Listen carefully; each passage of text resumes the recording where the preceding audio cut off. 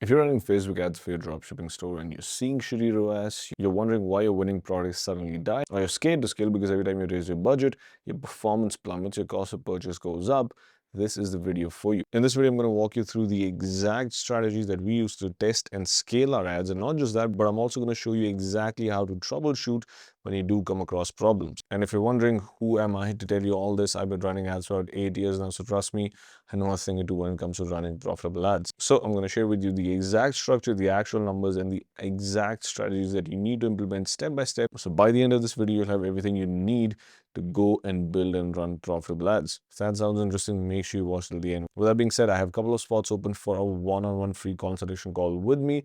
It's just a way of me giving back to you guys for being a part of the channel. You'll find the link to that in the description. With that being said, let's jump right into the video. So first and foremost, I want you to understand, well, what is different in 2026? Because trust me, in the recent times, there has been a lot of updates with Meta and a lot of things have changed when it comes to Facebook ads. Again, as I just mentioned, I've been running ads for about 8 years now, and compared to how things were 8 years ago and compared to how they are now, they are drastically different. Even how things were in 2025 and how they are right now in 2026, a lot has changed. So first and foremost, I want to address the key changes so you understand exactly what we're working with. Meta's algorithm is more automated than ever right now in 2026. And Meta now is amazing at figuring out your audience, which means the ways of stacking 5 interests in one ad set are gone. What works better now is giving the algorithm the room to explore and find the best audience for you. That doesn't mean there are no ways to target. There are ways to target. I'm going to show you exactly how to do that further in the video. But first and foremost, I want you to understand that interest targeting as we knew, or targeting as we knew on Meta, has completely changed in 2026 because of the recent updates. And the people that are actually winning on Meta right now when it comes to running ads are the people who understand that Meta now is focused more on creatives rather than interest targeting. Your creative is your targeting, and I'm going to explain more of this in detail as we move forward. But that is the fundamental foundation I want you to understand in terms of how Meta ads work right now in 2026. Once you understand that, now let's jump right into the first part, which is understanding the account foundation. This is basically how do you set up your account in the right way with the right structure and the right foundation so that when you push ad spend, it gets you the best results. So your ad account structure needs to be very simple. How we go about it is very simple. Every campaign is a CBO campaign. We focus mainly on CBOs. And again, it's very simply because Facebook or Meta is now much smarter at figuring out the best audience and the best allocation for your budget. It is more automated now than ever, and Facebook rewards that. So if you're trying to run an ABO and trying to force spend or try to force targeting, it is not going to perform the best in the long run if you want consistency. You might be able to get some force spend for a couple of days, but it's not going to be consistent results. So ad account structure should be focused on CBOs. And not just that, you also do not need 6 ad sets with different age ranges or different interests inside a CBO campaign. You need 1 to 3 ad sets maximum. Inside those ad sets, you want to use broad targeting. As I just mentioned, Facebook now is much smarter in terms of who your best audience is. So you don't need to spend time at guessing which audience to target. Just give Facebook broad targeting so it figures out which is the best audience for you. And also, don't have 6 ad sets with different targeting inside your campaign. Just have 1 to 3 ad sets and broad interest targeting. So for example, if you have a product in the kitchen niche, you should not go about targeting people in the cooking interest or the home decor interest. And rather, sometimes it's even better to just leave the targeting empty. That is how good Facebook now is in terms of finding the audience for you. And that's what I mean when I say a lot has changed, and this is the foundational understanding that you need to have in place before you go about running profitable ads.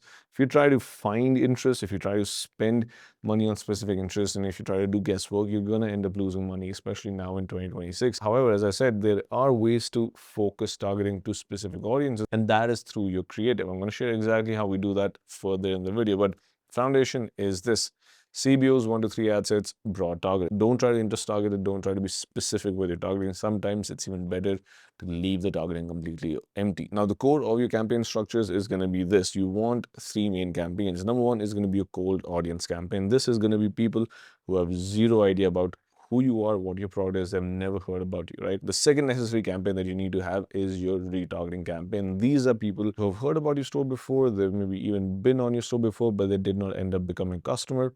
You retarget them in this campaign. And the third campaign that you have is a retention campaign. This is people who have purchased from you before, and now you're targeting them to have them become repeat customers. That is the structure of what you necessarily need, nothing more. I see so many ad accounts with 10 different campaigns, and that is all unnecessary. That is only making it worse in terms of performance in your ad account. You need 3 basic campaigns: cold audience for people who have never heard about you, retargeting for people who have been in your store, add to cart but never end up becoming a customer, and number 3, retention, to retain people who have already purchased from you. And if you pay attention to the structure, it is basically a funnel. Top of the funnel is people who have never heard about you. They don't know who you are. They don't know anything about your product. They don't know anything about your brand. You put them in the funnel through this campaign. The second is the middle of the funnel, which is your retargeting. These are basically people who came through a cold campaign. They went through the store, they add to cart, they showed interest, but they never end up buying. So you retarget them in the middle of the funnel. And the retention campaign, which is bottom of the funnel, is basically people who have converted into customers from middle of the funnel campaigns, from retargeting campaigns, but now you want them to become repeat customers. That is the basic foundation of exactly what you need. Nothing more, nothing less. It's very simple. And sometimes a lot of people don't understand this is effective because they think it is too simple. But trust me, that is what Meta Ads is in 2026. You just need the right structure in place, and that is all you need. You don't need to overcomplicate it like it was before. So now that we have the foundation in place in terms of what your campaign structure should look like, what your targeting should look like, let's jump right into the first step, which is your testing phase. Now, the testing phase is where most people go wrong. What I want you to understand is that testing is not about proving a product works. What testing is about is getting enough data fast enough that Meta's algorithm can make an informed decision. The goal of testing is to get data. The biggest mistake I see a lot of people make is they launch one creative, one ad, they spend about $20, see no sales, and then figure out and then declare that the product is dead. That is not the way to go about testing. That is you just burning money and you're never going to end up finding a winning product. So how do you go about testing? This is the exact structure that I want to use. You want to simply launch a single CBO campaign with 1 to 2 ad sets, go broad with the targeting, and inside that, you want to put 3 to 6 different creatives. Now, these are not going to be 6 versions of the same video with a different color or filter, but 6 different unique angles. That is a key statement. They make sure these 6 creatives are 6 unique different angles. Now, these angles could be spread across different kinds. For example, one could be a pain point angle, one could be a demonstration angle, one could be a testimonial UGC, one could be a direct offer. What you want to do is test different angles, which means you're basically testing different pockets of what people respond to and what people don't respond to. And that is how you do effective testing. Your testing is being done in the creative itself, because each of these are going to speak to a different level of awareness. Some are going to speak to people who already know they have a problem and need the solution, while another creative is going to speak to people who don't even know the problem exists in the first place. And this is why you need the right mix of creatives, right mix of 6 unique creatives in your testing campaign. Now, in terms of your daily budget for this should be roughly 3 to 5 times your target cost per purchase, spread across your campaign, not per ad. That is again why we're using CBOs. So for example, if your product converts very well at around $15 cost per purchase, you want to be spending somewhere about $45 to $75 a day at the minimum to give the algorithm enough budget to get the right data. So once you have the testing campaign launched, the next phase is actually reading the data. And this is where most people go wrong, because they don't understand how to read the data properly and what metrics to look at. First metric you want to look at is your hook rate. And this is basically going to tell you everything you need to know. You want to figure out which is the percentage of people who watch past the first 3 seconds of your video. If your hook rate is below 25 to 30%, your creative has already failed before the viewer even sees the product. And at that point, no amount of optimization is going to save it. The fix here is just changing the hook and testing it again. The second metric you want to look at is your hold rate, which is basically how many people watch through to around about 50% mark or beyond. If your hook rate is strong but your hold rate collapses, that means people are interested enough to stop scrolling, but the middle of the video is losing them. And usually it is because it gets boring, repetitive, or fails to build the initial credibility. And after that, the third metric you want to look at is your click-through rate. And in 2026, anything above 1.52% on link clicks is considered healthy click-through rate for cold audiences. So if you have a click-through rate below 1%, that basically tells you the offer or the creative is not compelling enough to have people act on it, and that is where your problem is. So you can fix it and move forward. And the fourth metric they want to look for, and this is one of the most important metrics to figure out the actual killing or continuing of the ad set, it is your cost per purchase against your break-even point. What I basically mean by this is you want to calculate your break-even cost per purchase before you even launch. And if an ad set has spent about 2 to 3 times your break-even cost per purchase with 0 purchases, and you're giving it at least $50 to $100 of real spend, it is safe to turn it off. That is when you want to kill it. You do not turn off an ad at $15 to $20 spend because you're impatient or you're not sure if it will work or not. That is not the way to go about it. You need to give ads fair enough chance. And as I just mentioned, if it has spent about 2 to 3 times your break-even cost per purchase with 0 purchases, it has spent about $50 to $100, still has zero purchases, then you want to turn it off. And in the scenario when you do find a winner, and by a winner I mean something that has been consistently hitting your target cost per purchase or your target ROAS across at least 2 to 3 days with stable spend, that is your signal to move that into scaling. Which brings us to the next part of the video, which is how do you scale your ads without killing your ad account? Scaling kills more accounts than bad products. Trust me, I audit multiple ad accounts every single day. If you want me to audit your ad account, you'll find the link to that in the description. But when I audit accounts, I see scaling is the phase where most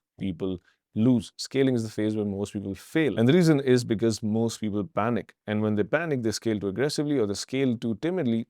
And there is no perfect balance because they don't know how to get consistent results while trying to increase their budget. Now, when it comes to scaling, there are two ways and you need to use both ways. So the first way is vertical scaling. This is basically where you increase the budget on your winning CBO campaign. It's very simple. You're basically scaling vertically. Now, the rule here that I want you to follow is to never increase your budget more than 20-30% every 24 to 48 hours. If you want to increase your budget, you only increase it by 20-30% and then wait 24 to 48 hours, see if the results are stable. If they are, you increase another 20-30%. That is how you want to go about scaling vertically. You never want to double your budget overnight. I know it is very incentivizing. It is very hard not to do it when you see your ads perform well and you're like, okay, if I just double the budget, I'm going to get more results, more sales. That's not how it works.